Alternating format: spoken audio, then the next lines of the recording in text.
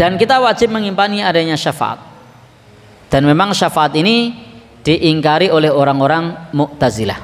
Jadi orang-orang Mu'tazilah mengingkari adanya syafaat. Demikian pula sebagian orang-orang Khawarij itu juga mengingkari adanya syafaat. Maka orang-orang Mu'tazilah, orang-orang Khawarij itu menolak adanya syafaat. Maka menurut pendapat orang-orang Khawarij, mereka berpendapat pelaku dosa besar itu kekal di dalam neraka. Fala tanfa'uhu syafa'ah, maka syafaat itu tidak akan bermanfaat untuknya karena melakukan dosa besar. Maka bagi kalangan orang-orang Khawarij, demikian pula orang-orang Mu'tazilah, mereka menolak adanya syafaat. Mereka menolak adanya syafaat. Dan ini untuk hari ini di zaman modern ini tidak ada namanya organisasi Mu'tazilah, itu tidak ada. Organisasi Khawarij itu tidak ada, tapi paham itu ada. Jadi ada paham Khawarij, ada paham Mu'tazilah. Nah, salah satunya terindikasi mengingkari adanya syafaat. Jadi mengingkari adanya syafaat salah satunya. Termasuk yang kita bahas kemarin, mengingkari adanya siksa kubur, atau kalau dalam bahasa lain tidak meyakini totalitas tentang adanya siksa kubur. Itu termasuk diantara paham-paham orang Mu'tazilah. Itu seperti itu.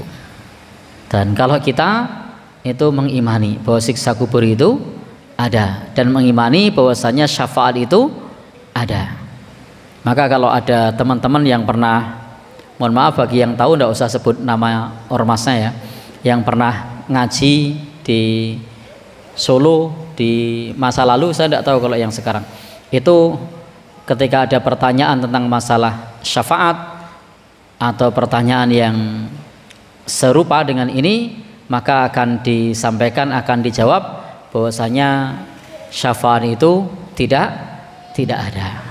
Yang bisa menyelamatkan hanyalah Allah Subhanahu wa taala.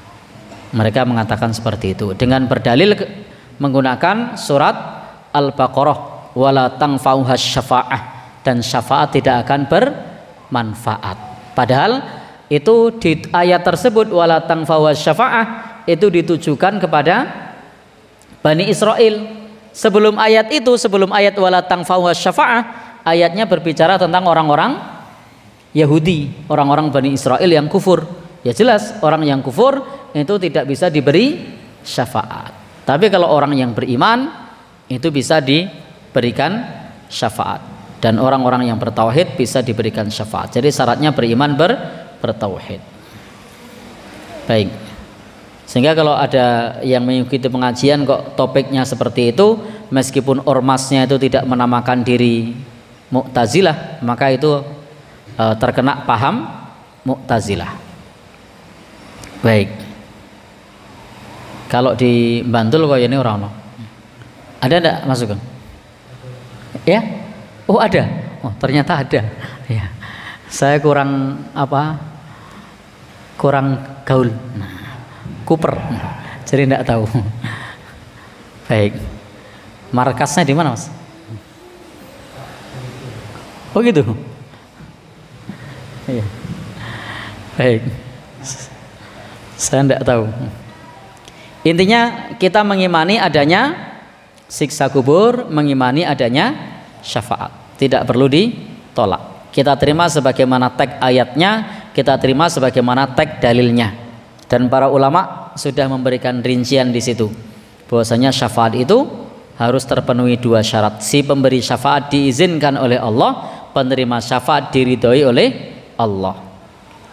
Maka orang-orang kafir itu ketika diberikan syafaat, syafaatnya tidak bermanfaat. Nah itu kalau benar kalau maksudnya orang-orang kafir, karena ada dalil fama tanfa'uhum syafa'atus syafi'in, maka tidak akan bermanfaat untuk mereka syafaat orang yang memberikan syafaat. Meskipun demikian ada pengecualian di antara orang-orang kafir itu, ada yang bisa diberikan syafaat tapi sifatnya hanya meringankan. Siapa dia? Paman Nabi Shallallahu Alaihi Wasallam. Maka syafaat Nabi Shallallahu Alaihi Wasallam kepada pamannya, yakni Abu Thalib, itu termasuk pengecualian. Maka ini satu-satunya syafaat yang diberikan kepada orang kafir. Siapa orang kafirnya? Abu Thalib. Itu pun bukan melepaskan dari siksa api neraka, tapi hanya meringankan. Dan saking ringannya pun itu masih berat. Disebutkan di telapak kakinya itu terdapat api, atau ada sendal yang terbuat dari api neraka. Jadi dia pakai sendal dari api neraka, sehingga yang dibakar hanya telapak kakinya. Tetapi ternyata efeknya sampai yaghli minhuma dimaghuhu, sampai otaknya mendidih. Jadi telapak kakinya menggunakan terompah atau sendal dari api neraka. Jadi tidak dibakar seluruh tubuhnya, yang dibakar hanya bagian telapak kaki. Tetapi ternyata otaknya sudah mendidih, umep.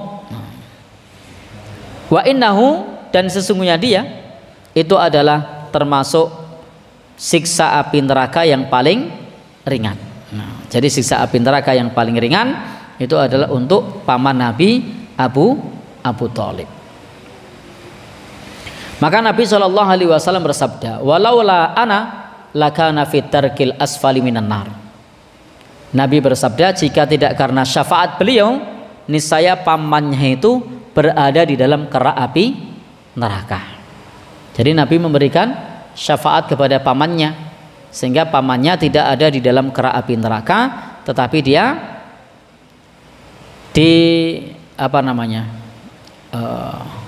berikan sendal yang terbuat dari api neraka.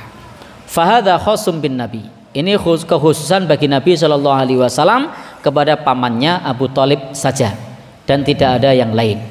Ini tidak ada yang lain.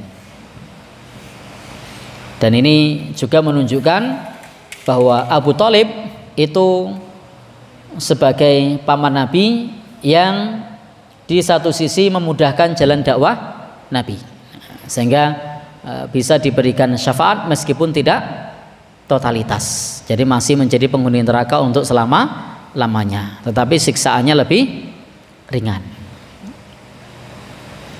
Baik, Bapak dan Saudara yang berbahagia, yang dirahmati oleh Allah Subhanahu wa taala. Dan hadis-hadis yang menjelaskan kepada kita tentang syafaat itu masuk kategori hadis-hadis yang sahih. Bahkan para ulama menjelaskan sampai kepada derajat mutawatir. Dan ini juga merupakan ijma' para salafus soleh. Jadi ijma' para salafus soleh. Jadi ijma' ulama di masa silam. Kalau hari ini untuk ijma' itu kok koyone mungkin tidak masuk hari ini ijma'. Sulit ya, sulit. Maka ketika ada sebutan ijma' itu mesti pada masa salafus soleh. Kalau pada masa sekarang, jangankan untuk dunia, untuk Indonesia saja kok koyone angel. Bisa tidak masuk ke Indonesia gitu? Sulit. Oh ya, beliau bilang sulit loh.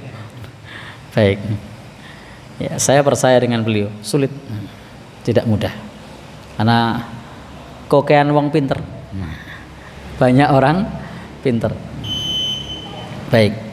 Kalau banyak awamnya mungkin malah sami'na wa atokna. Seperti kalau rapat di kampung itu enak. Kenapa? Yang bicara orangnya itu saja, yang lain sarujuk nggih, itu cepat selesai. Nah, tapi coba kalau semuanya ngomong, jam 12 belum selesai. Nah, jadi semakin sedikit orang yang semakin banyak orang yang manut, yang taat, itu lebih mudah dibandingkan orang punya pendapatnya sendiri. Baik. Nah, saya tidak tahu kalau di perkotaan bagaimana. Tapi kalau di kampung-kampung enak itu. Sarujuk nggih, nah dah selesai. Baik, demikian yang bisa kita sampaikan. Intinya di sini kita mengimani adanya syafaat dari Nabi Shallallahu Alaihi Wasallam. Dan syafaat itu ada dua. Yang pertama adalah syafaat agung milik Nabi. Yang kedua adalah syafaat umum, yang itu bisa para nabi, para siddiqin, para syuhada, para solihin, para malaikat, itu diberikan izin oleh Allah untuk memberikan syafaat orang yang sudah masuk neraka, dan mereka dikeluarkan dari api neraka lalu diminta untuk mandi di sungai di depan pintu surga. Yang tadinya tubuhnya gosong menjadi arang lalu berubah menjadi bersih.